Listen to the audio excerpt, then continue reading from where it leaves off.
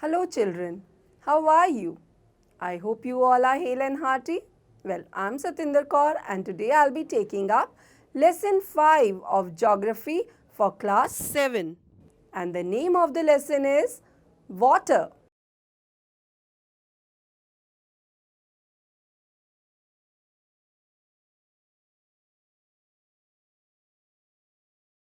Now, when you think of water, what kind of images come to your mind? You think of rivers, waterfalls, oceans, water in your taps, and obviously raindrops. I'm sure you all love to float paper boats in rain puddles. But have you ever noticed where do these puddles vanish after a day or so? Where does the water go? Here's the answer. The sun's heat causes evaporation and water changes into water vapor. When the water vapors cool down, they condense and form clouds. From there, they may fall on the land or sea in the form of rain, snow, or hail. This process by which water continually changes its form and circulates between oceans, atmosphere and land is known as the water cycle. The same water that existed centuries ago still exists today, and it is possible that the water used to irrigate a field in Haryana may have flowed down the Amazon River 100 years ago. Strange, isn't it? In this lesson, we shall talk about the various water bodies, particularly oceans. So, let's start. The major sources of fresh water are the rivers, ponds, springs, and glaciers. The ocean bodies and the seas contain salty water. The water of the ocean is salty or saline as it contains large amount of dissolved salts. Most of the salt is sodium chloride or the common table salt that you eat. Children, do you know salinity is the amount of salt in grams present in 1000 grams of water? The average salinity of the oceans is 35 parts per thousand. You will be surprised to know that Dead Sea in Israel has salinity of 340 grams per liter of water. Swimmers can float in it because the increased salt content makes it dense. Now, let's move further and talk about distribution of water bodies. Children, we all know that 3/4 of the Earth's surface is covered by water. If there is more water than land on this earth, why do many countries face water scarcity? Is all the water on earth available to us? The answer to this is no. Let's see how. Look at this table. It shows distribution of water in percentage. According to this table, 97.3% of the total water is found in oceans, and as you already know, ocean water is salty. Although the remaining 2.7% of water is fresh water, but a large percentage of that is in the form of ice caps, groundwater and inland seas and lakes. Now let's understand this water distribution with the help of an activity. Take 2 liters of water. Let it represent the total water on the surface of the earth. Measure out 12 spoons of water from this vessel into another bowl. The water that is left behind in the vessel represents the salty water found in oceans and seas. This water is obviously not fit for consuming. It is saline, means it contains salts. The 12 spoons of water that was taken in a bowl is the total amount of fresh water on earth. Look at this figure. It shows the distribution of this fresh water. See for yourself how much water can actually be used by you. Water is absolutely essential for survival. Water alone can quench our thirst when we are thirsty. Now, don't you think we are wasting a precious resource when we use water carelessly? So, we should try to adopt different ways and means to save and conserve water. Do you know, children, March 22 is celebrated as World Water Day, when the need to conserve water is reinforced in different ways. Now, let's move ahead and talk about ocean circulation, that is, movements in the oceans. There is something magical about walking bare feet on the seashore. The wet sand on the beach, the cool breeze, the seabirds, the smell of the salt in the air, and music of the waves. Everything is so fascinating. Unlike the calm waters of ponds and lakes, ocean water keeps moving continuously. It is never still. The movements that occur in oceans can be broadly categorized as waves, tides, and currents. Now, let's first see how waves are formed. Children, suppose you are playing throw ball on the beach and the ball falls into the water. What happens? Isn't it fun to watch how the ball gets washed back to the shore by the waves? So, when the water on the surface of the ocean rises and falls alternately, they are called waves. Waves are formed when winds scrape across the ocean surface. The stronger the wind blows, the bigger the wave becomes. During a storm, the winds blowing at a very high speed form huge waves. These may cause tremendous destruction. An earthquake, a volcanic eruption, or underwater landslides can shift large amounts of ocean water. As a result, a huge tidal wave called tsunami that may be as high as 15 meters is formed. Tsunami is a Japanese word that means harbor waves, as the harbors get destroyed when there is tsunami. The largest tsunami ever measured was 150-meter high. These waves travel at a speed of more than 700 km per hour. The tsunami of 2004 caused widespread damage in the coastal areas of India. The wave was the result of the earthquake that had its epicenter close to the western boundary of Sumatra. The magnitude of the earthquake was 9.0 on the Richter scale. As the Indian plate went under the Burma plate, there was a sudden movement of the sea floor, causing the earthquake. The ocean floor was displaced by about 10 to 20 meters and tilted in a downwardly direction. A huge mass of ocean water flowed to fill in the gap that was being created by the displacement. This marked the withdrawal of the water mass from the coastlines of the land masses in the South and Southeast Asia. After thrusting of the Indian plate below the Burma plate, the water mass rushed back towards the coastline.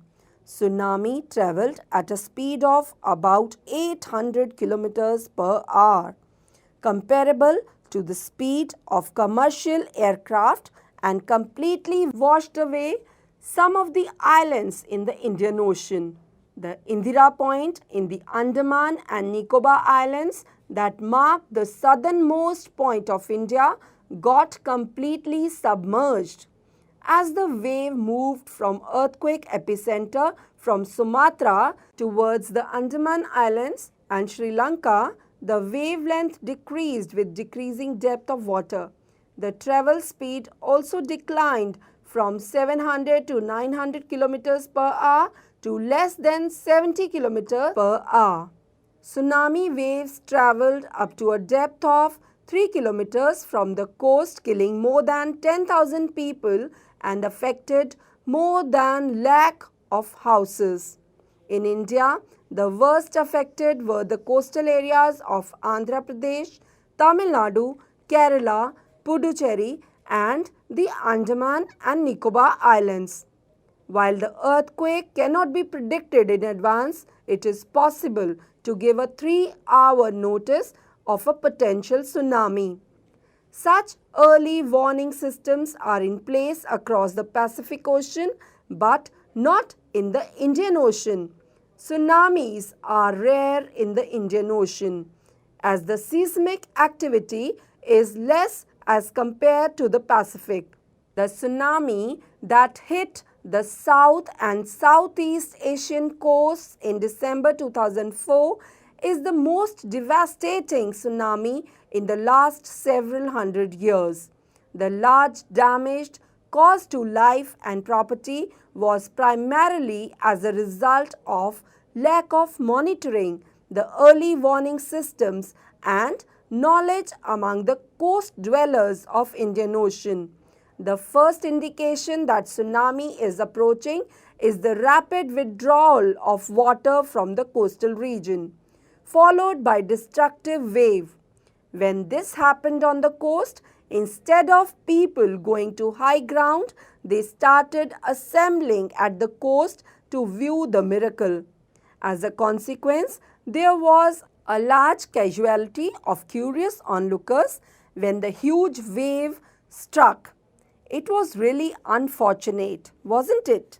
Now let's move ahead and talk about tides.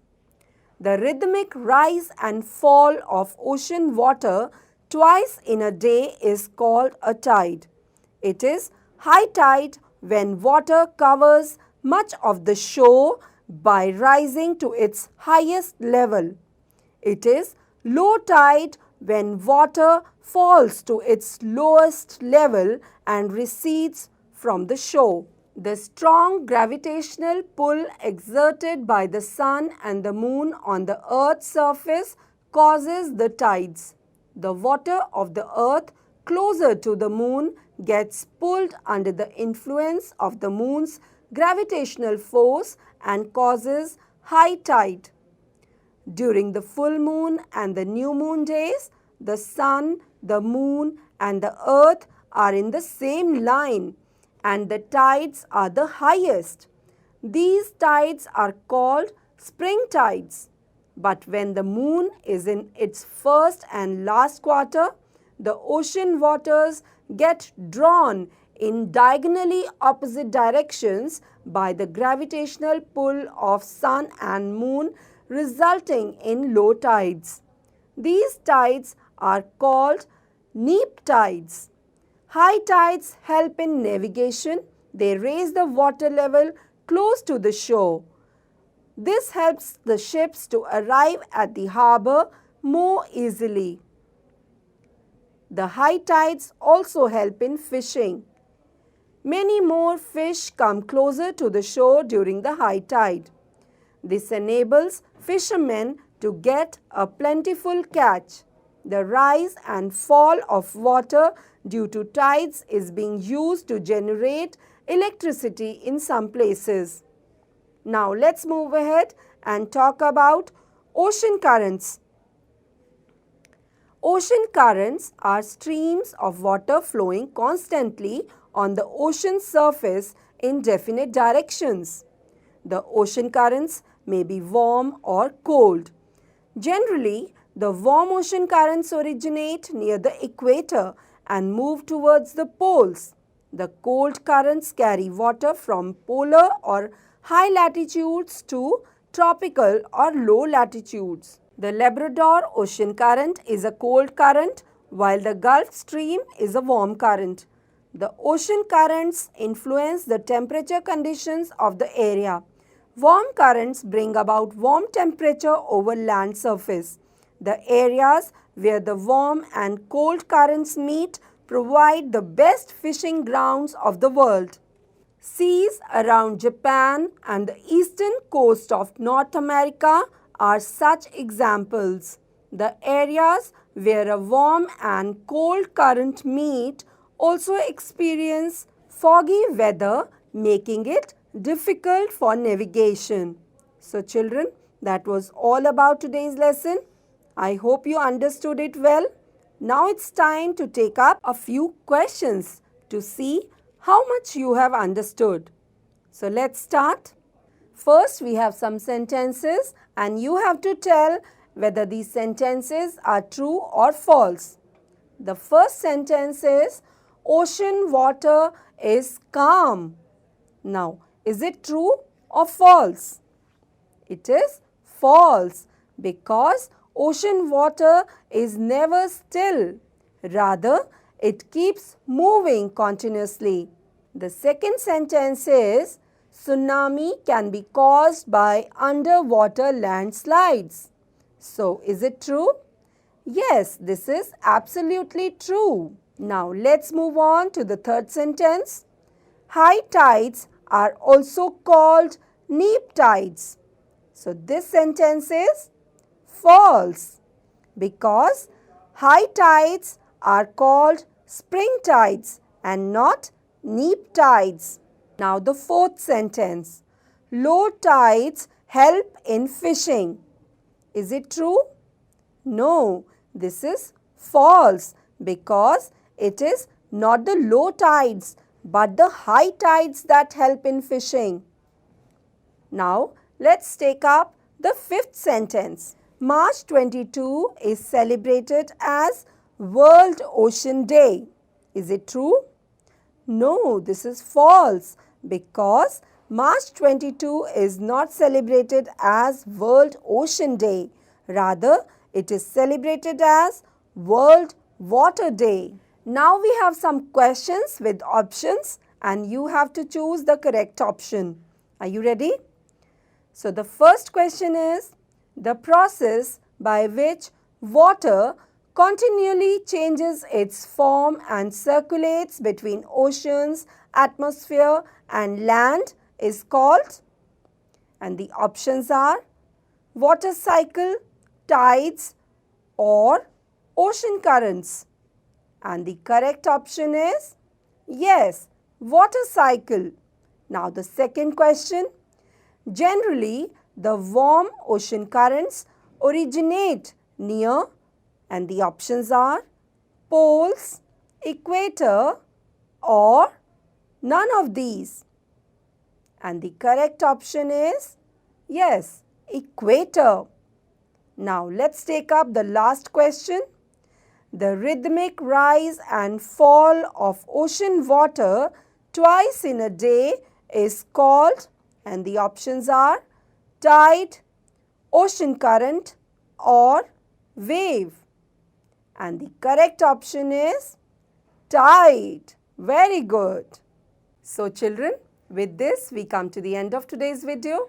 I'm sure you liked it and got to know a great deal about the major sources of water and also about various movements that occur in the oceans like waves, tides and currents.